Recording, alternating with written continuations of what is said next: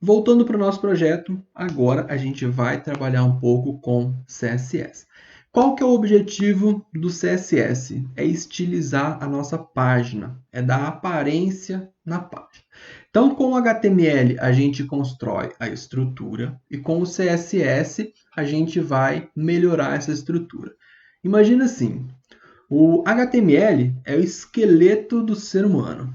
O CSS cria essa pele linda, maravilhosa que a gente tem, dá as cores, deixa vivão assim, ó, negócio bem sedoso. Então esse é o objetivo do CSS, dar aparência para o nosso projeto, tá bom?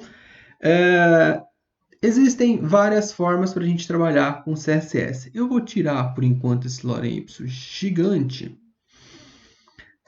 Deixar só um texto menor, vou dar um Ctrl Z, Ctrl Z, Ctrl Z, beleza. Trabalho tá jóia.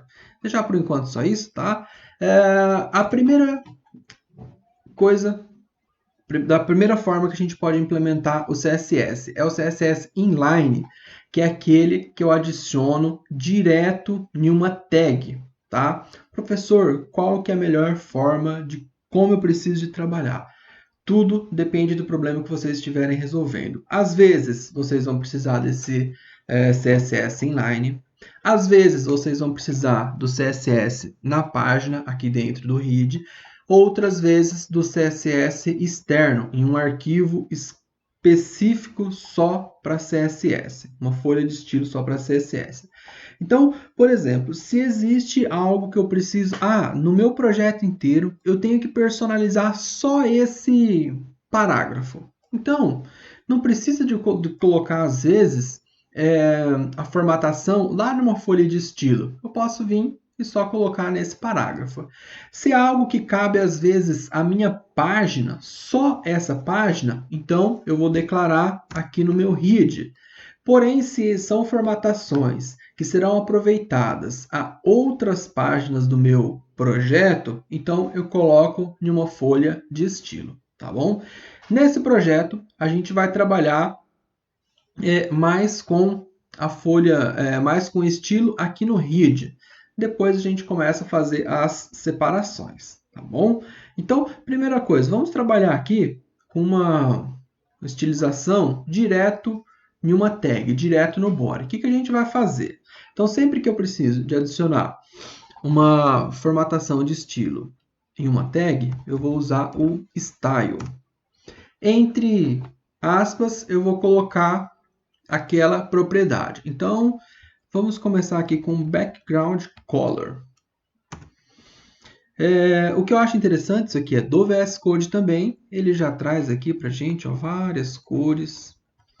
Aí eu posso selecionar, por exemplo, eu quero aqui um cinzinho bem claro. Vamos ver se pesquisando. Gray. Gray. Beleza. Aí, além disso, ó, ele traz essa janelinha. Colocando o mouse ali em cima, eu posso buscar outras cores. E aqui ele já trouxe para mim o RGB.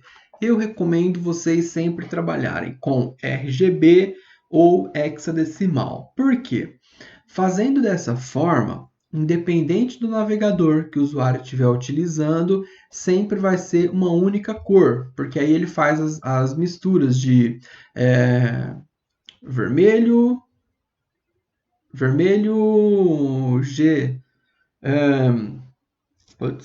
verde e azul. Tá? Ele sempre faz essas misturas e sempre vai ser a mesma cor. Se a gente definir dessa forma, gray, às vezes o meu navegador ele tem o gray com uma formatação, um outro navegador é uma outra cor e assim, então pode sempre variar. Então trabalhem com RGB ou então com hexadecimal. Voltando aqui, background color, gray. Vamos escolher aqui. Eu prefiro hexadecimal, tá? Então aqui, ó, ele traz para mim se eu quero em hexadecimal ou em RGB. Vou deixar em hexadecimal. Deixa bem clarinho aqui. Só para a gente testar, beleza? Salvei aqui, vou lá na minha página, acho que vai estar tão claro que não vai dar nem para ver a diferença. F5. Ah, deu sim, olha só. Então ficou já um cinzinha claro. Beleza, pessoal? Então esse é o CSS inline. Ah, se eu quiser definir agora um CSS no meu cabeçalho, eu vou criar aqui uma tag style. Dentro dessa tag style, eu vou adicionar as minhas formatações. Por exemplo, vamos definir aqui que os nossos H1, a nossa tag H1, ela vai ter um tamanho de fonte, um font size de 50 px, para dar uma diferença boa e a gente conseguir perceber, tá? Então vamos lá, 50 px. Observem o tamanho que está agora. Vou dar um F5. Beleza, pegou grande, tá? Então, dessa forma, eu estou aplicando a todo H1. Eu tenho esse H1. Se eu adicionar um outro H1 aqui na minha página, por exemplo, aqui, PW, ele vai pegar essa mesma formatação. Por quê? Essa formatação vai ser aplicada a toda a página, tá? Então, voltando aqui, atualizando, esse PW também está com tamanho 50, tá joia? Beleza? Se eu quiser agora formatar, por exemplo, o body, então eu coloco aqui, ó, body. Só fazer um exemplo aqui para vocês verem. Vamos aplicar um background color também, só que aqui vamos colocar um vermelho.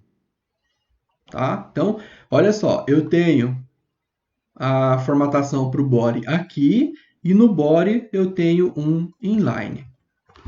Vamos dar um Ctrl F5. O que aconteceu? Opa! FN F5. O que aconteceu? Só atualizar aqui para vocês verem que eu estou atualizando. Não aconteceu nada, porque o inline ele tem prioridade sobre esse estilo do cabeçalho, tá? Agora, se eu tirar daqui do inline, F5, pegou o fundo vermelho, tá bom? Então, existem esses tipos de formatação que tem também as prioridades. Por que isso é interessante? Às vezes, eu tenho aqui essa formatação para o H1. Aí, no meu projeto, eu tenho todos os meus H1s, eu quero que tenha o tamanho de fonte 50. Mas aí, eu tenho um outro aqui que vai ser, por exemplo, HTML, e eu quero que esse HTML tenha um tamanho de 12. Então, eu venho aqui no CSS inline e coloco font size 12 px. Vamos lá. 5. Olha lá. Então, esses 3 H1 tem o tamanho grande e esse outro aqui eu só quero esse. Então, eu adicionei um CSS inline e ele teve o tamanho de 12 px, tá? Então, assim, igual eu falei para vocês, cada forma vai resolver um determinado problema. Não tem uma forma melhor ou pior, tá? Então, o que é ruim? Por exemplo, todos os H1s do meu projeto vai ter tamanho 50. Beleza? O meu projeto tem 300 arquivos HTML. Aí eu pego e coloco isso daqui em todos os meus arquivos HTML. Aqui no head. Não, aí não faz sentido. Aí é muito melhor a gente criar uma folha de estilo externa para poder trabalhar com essa formatação. Aí eu coloco só uma vez lá nesse arquivo externo e ele já vai ficar aplicado para todo o projeto. Beleza, galera? Então, já vimos um pouco o uso do CSS. Na próxima aula, a gente dá continuidade. Valeu, até mais.